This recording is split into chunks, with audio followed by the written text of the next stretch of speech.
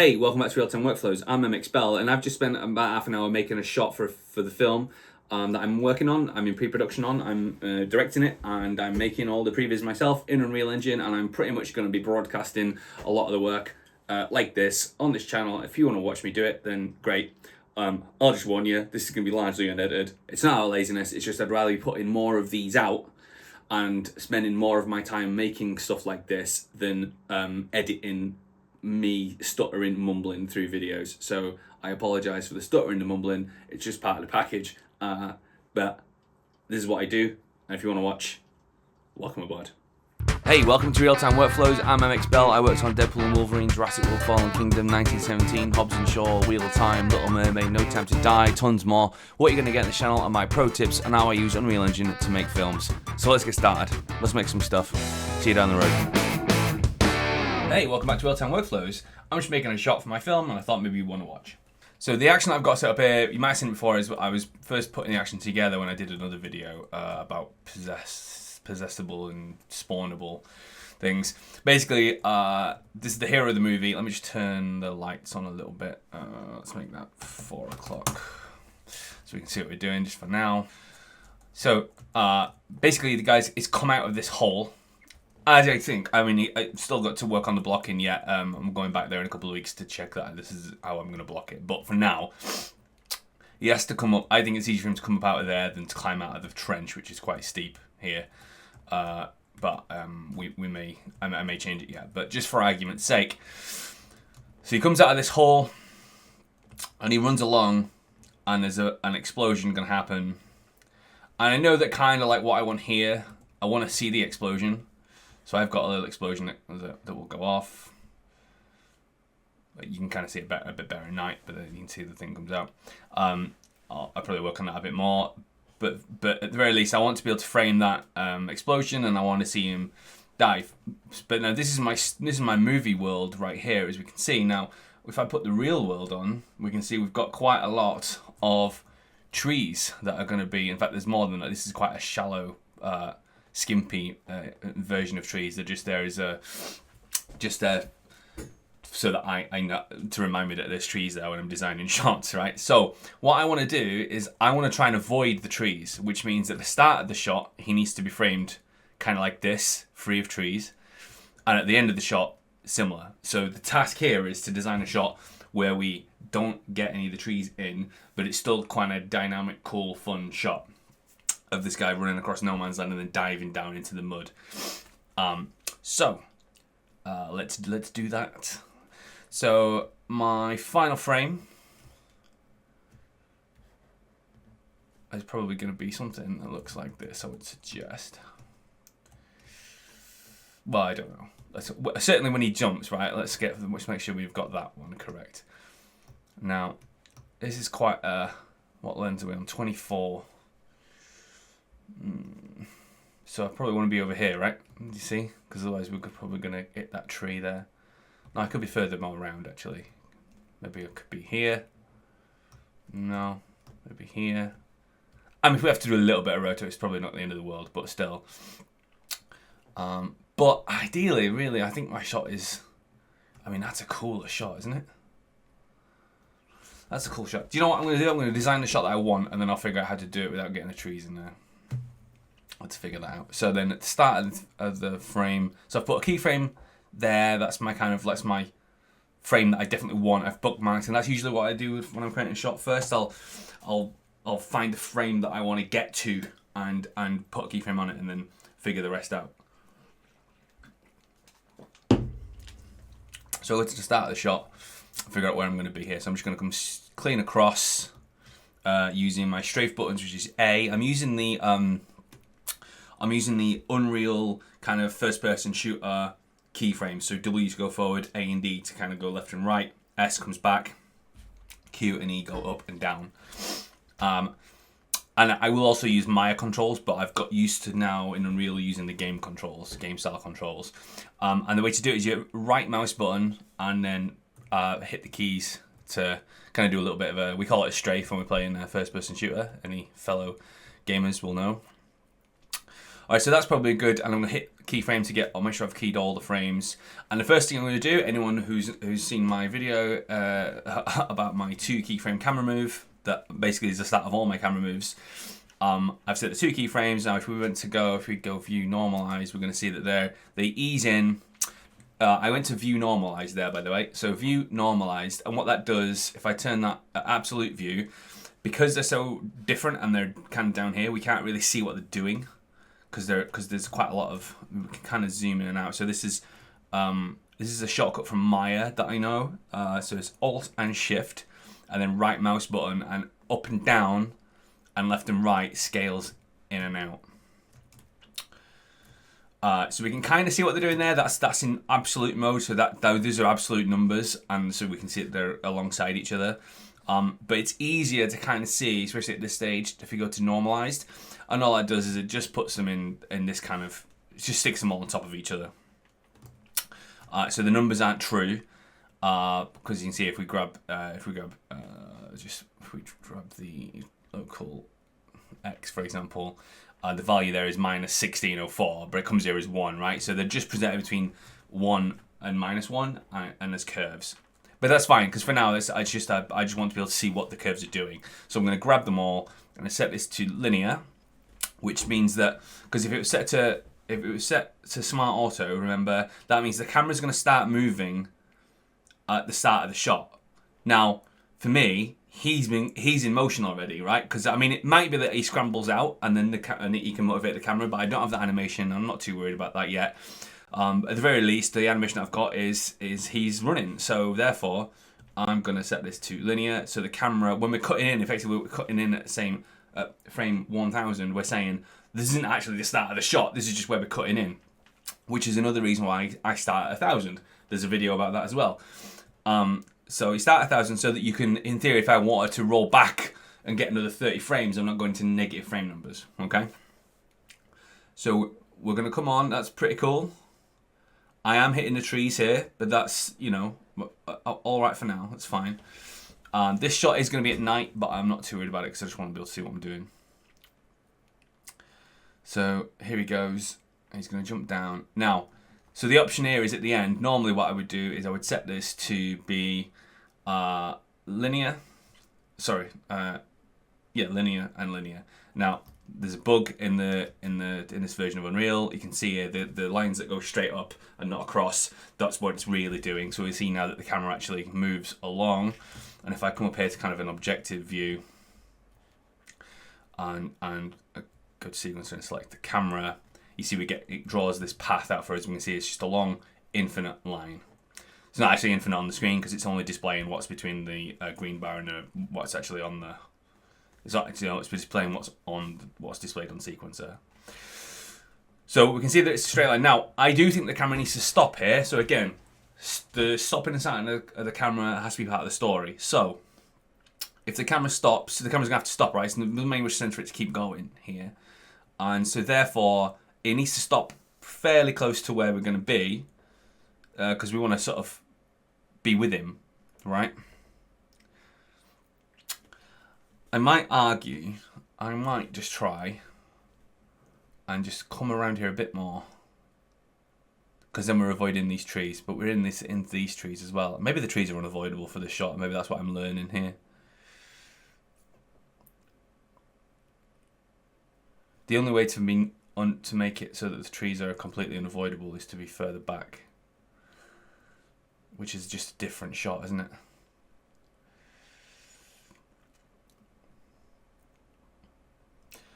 I don't mind getting a little bit of the trees when he's diving down like that. I think that's fine because it's going to be moving so quick and it's going to be dark. So I could set the nighttime as well. You know, we'll set it to nighttime. It'll do that in a bit. It's going to be dark. That's probably not too bad. What are we moving over here? Quite a lot of stuff there.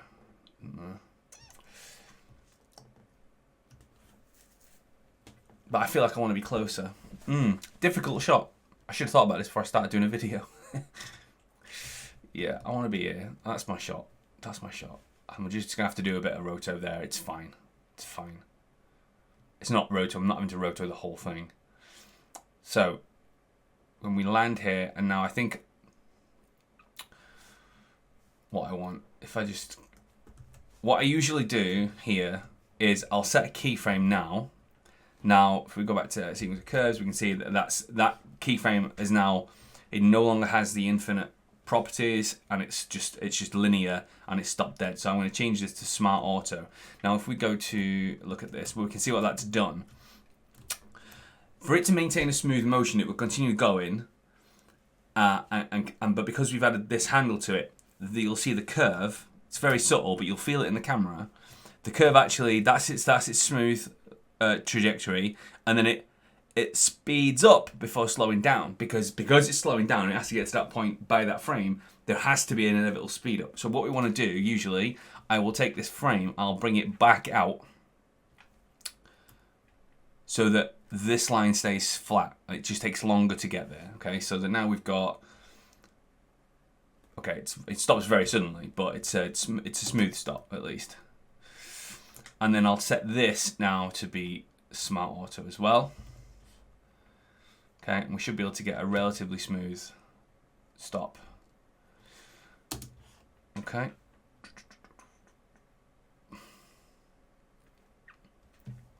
Now I think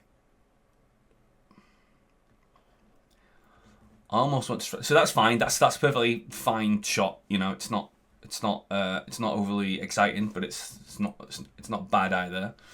I would tend to save that, and then I'm going to come to. I'm going to come here, and I'm going to duplicate it, get a new version, just so I don't lose what I've got. I don't break the camera move. So now I've opened version 3, as we can see over here. I'm going to go back to the camera, and I'm just going to try something new, just try things.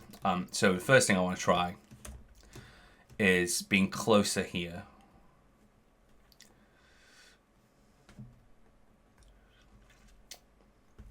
Just eject out of that. Thank you.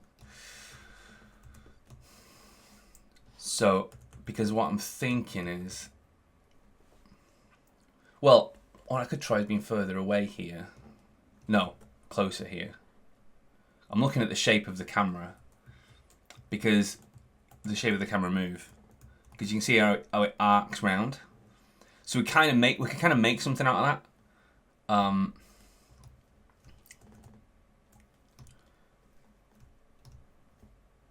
might just.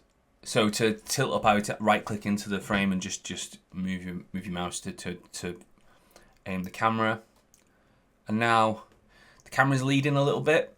You know, it's like he's not motivating the camera. Remember I said in the other lesson about cameras are motivated by a character, the subject, pushing against the edge of the frame. So to me, this means here that we're moving too quickly.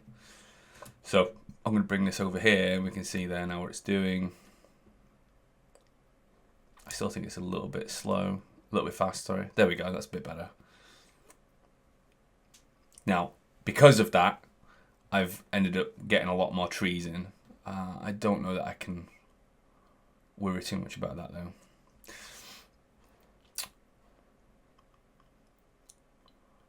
Alright, now let's see if I were to try and split the difference. So we keep there, keep rushing. And I just wonder if I was here, if I was further round. It's a difficult one, this. Very difficult.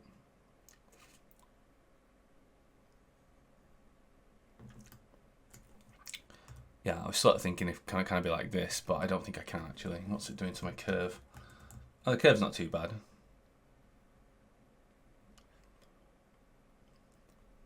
But see what happens now is that the camera feels weirdly motivated there, like it's not quite.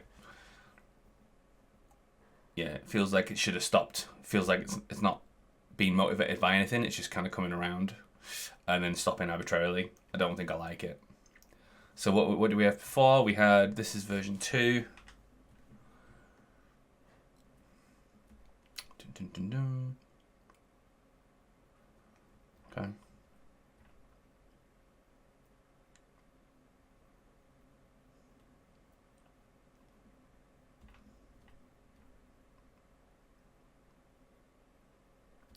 The only other version, I guess, that I could do is that if we were, that's a good idea.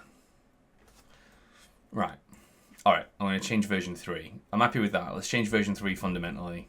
Get rid of all the animation on the camera. And we'll try a different version of the shot. Let me try one where he's come over here, right? So that's our German fire trench. Let's assume he had a ladder and he's actually come out here. So what I'm going to do is just rotate him so that has he got okay. All right, so let's add a I'm going to add an additive. That's what we'll do. So I'll add an additive. And what I tend to do when I've done that, I will lock this one just to make sure I'm not adding any keyframes to it. I'll set a keyframe on this one, and I'm just going to move him so that we can control him and control his motion as he runs away from here, which is what I want. Okay. So now he runs this way and jumps down. I'm just thinking it's going to be a lot easier to keep the trees out of the shot if we're pulling back with him and he runs straight. I think that might be more fun.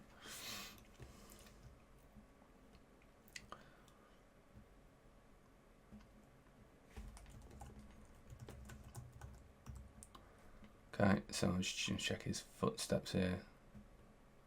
Yeah, he lands in basically the same place as well. Actually, I'd quite like to get him to land in this crater, to be honest. I'd like to get him to land in that crater, but maybe we will.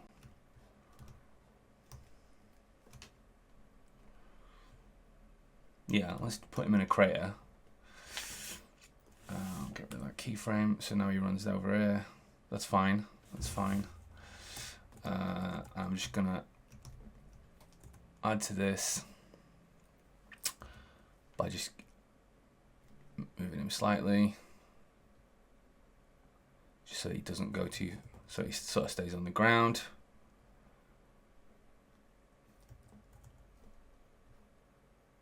Yeah. And then we're definitely gonna move him down here, nice and down into the crater.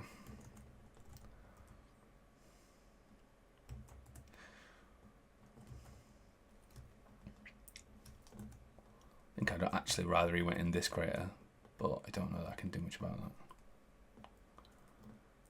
Where's the big crater? That's the big crater.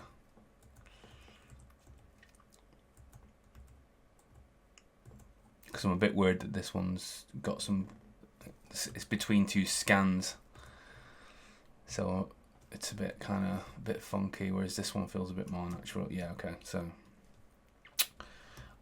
we're gonna finish him in here. This one, cancel that please. I'm gonna remove these.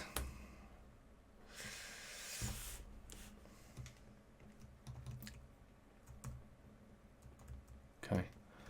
I'm gonna set a keyframe image, rotate him so he's running away from there. Should be fine. And then let's just push that up there.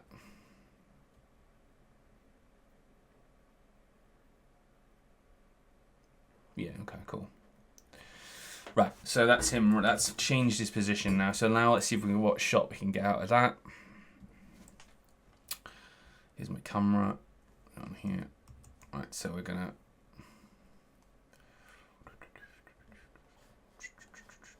let's just find him. Where's our creator? Our fella. There he is. Okay.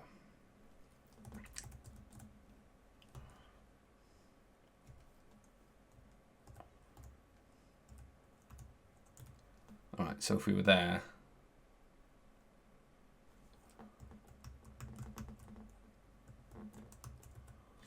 that feels pretty good.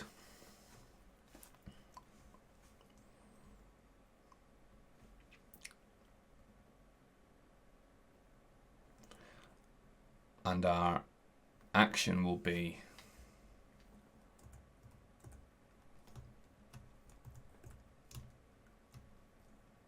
actually, we are still getting a little bit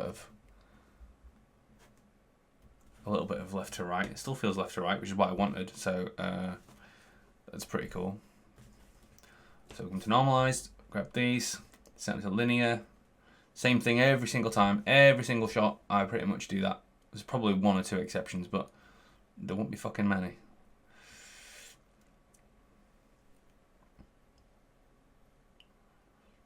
Okay.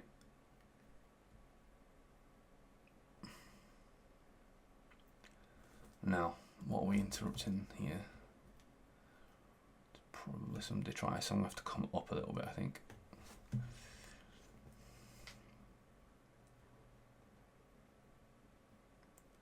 Actually, maybe I'll stop. Yeah, let's stop it. Let's stop it here. That's kind of, I think that's my frame. So again, stop the camera while it's infinite. So hit this, which gives us this keyframe, which is the carrot continues it on the path, but makes it stop. And then we're gonna go smart auto, pull it out here. It's probably gonna, and then pull it a bit more, and then change this one back to smart auto. And in actual fact, I'm probably gonna tilt that up as well.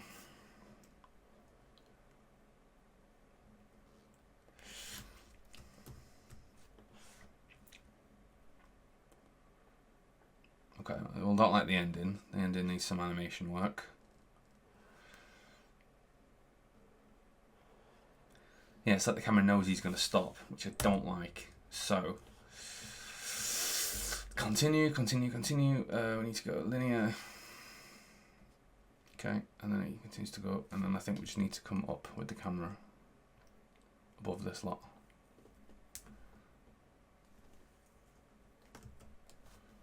So, what are we doing?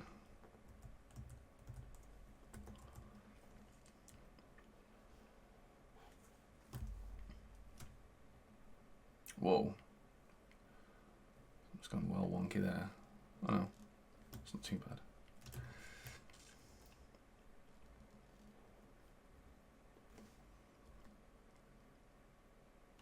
I don't know that I like it. It seems like it changes direction mid-run, which I don't like either. So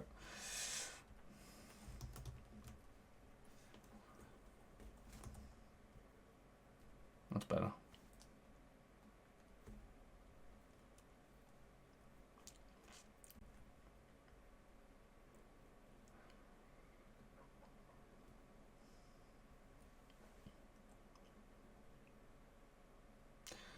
Okay, and we were supposed to be, the goal here was to get in front of him. So let's get in front of him.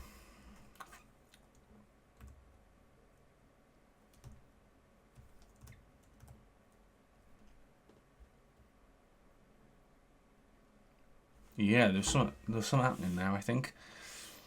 That was a bit better. Let's just put a keyframe in there, kill that one. Yeah, that's feeling better. Okay, there's a very sharp turn, but that's fine.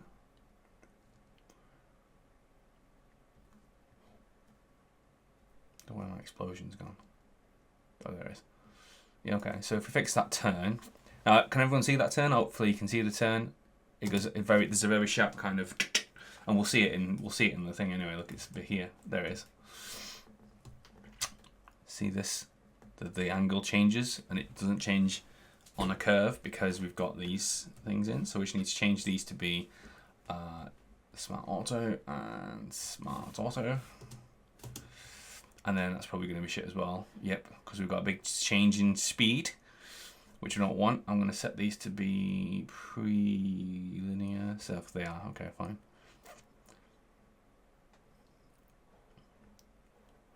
All right, so we're getting there with this, getting there. So this one, I think we'll start the turn before, and I think we can take longer to do the turn, possibly. Let's see what that does. Oof, yeah, but we hit a hell of a wall. Well, that's fine. I'm expecting to, not so much. Let's have a look. Location Y, that's definitely, see the change in speed there? let's get rid of that. So move it out so it just takes longer. There might be an argument for all of them taking that long, so this one as well. That's not too bad. Let's just do that. Still a weird thing there.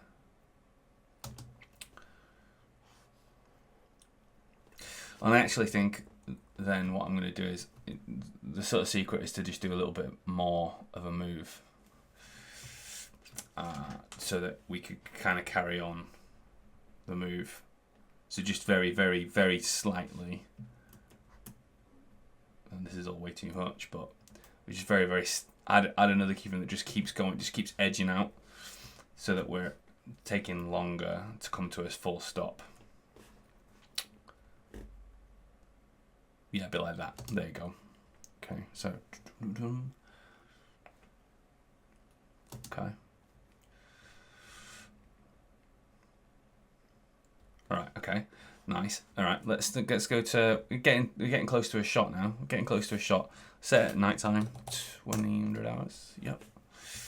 Okay. I'm gonna make our explosion. Can we make it bigger?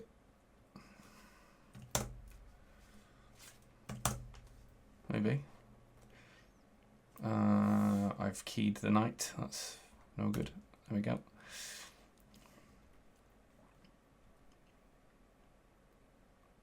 There we go. Okay, cool. And let's add our...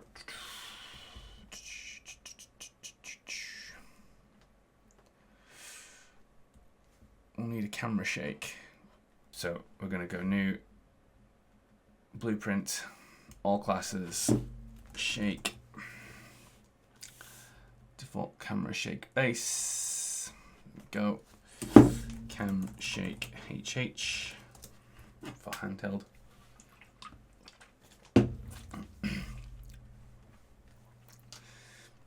Okay. Outshake pattern is Perlin noise. We're gonna go. I can't remember what I had my settings set to. So let's just say 5 and 5 for now. See what it does. Sorry, not 5 and 5. 0 and 0, and then 5 and 5. And just see what that does.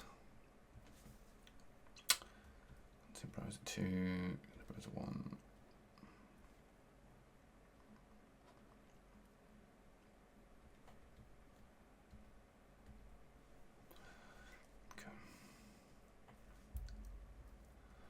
No camera shake properties. Camera shake HH. Okay. I just want to move over and see what it does. Okay, it's wild. Wild. Okay, that's fine though. We're gonna go timing. We definitely want it to be on for plenty of time. We can blend in over that. The amplitude and rotation are too high. Yeah, probably. I'm going to go 1 and 1 on those and just see what happens. Compile, save.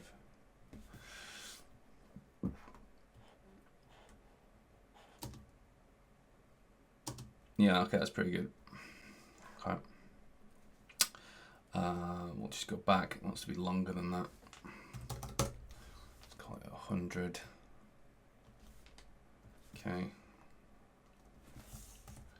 There we go. Cam shake HH. Where is it? There we go. So we go. Cool. And I'm going to let it die off. So what I'm going to do is go to. I want to give it a nice long. Actually, you don't have to have a nice long settle. It should settle about here. There we go. So it comes off. And we also need an impact for the. So we'll do we'll duplicate that, and then we go cam shake impact. I could have brought these in from my other thing, but I'm not going to bother. Right, so 5. I'm going to cut 5 and 20, and then yeah, 2 and 4. I am guessing here really 1 and timings in 0.1 and 0.1. Compile, save. Again, any questions about this? They're in. I've done a video lesson on camera shake. So we add another camera shake and a camera shake impact. Okay, open that up, and here's our impact one. So we can see what it does there. Wallop! It makes an absolute fucking mess. Boom! Yeah, okay. It's pretty good. It just needs to be shorter. It can be made shorter by. No, it can't. No, it can't. You're an idiot. So it wants to be like 0.2 and what's called 0.25. Okay, and there it is. I wish need it to be lined up with our FX system trigger, which is that keyframe there. So we'll just pull it over here. So it does that. Okay, and this is our shot.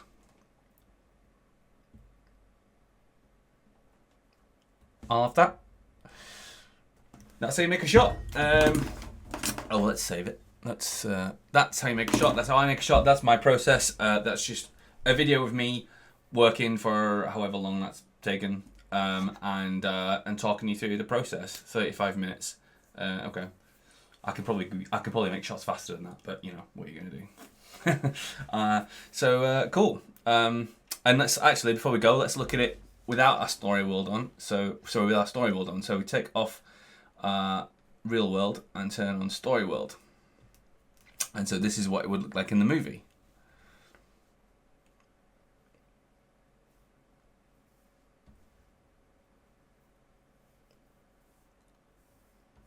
Cool. There you go. Thank you for watching. I will be doing more of these as I work on more shots from this movie. And we're going to shoot this, all being well, in March. So there'll be plenty more to come. See you in a bit.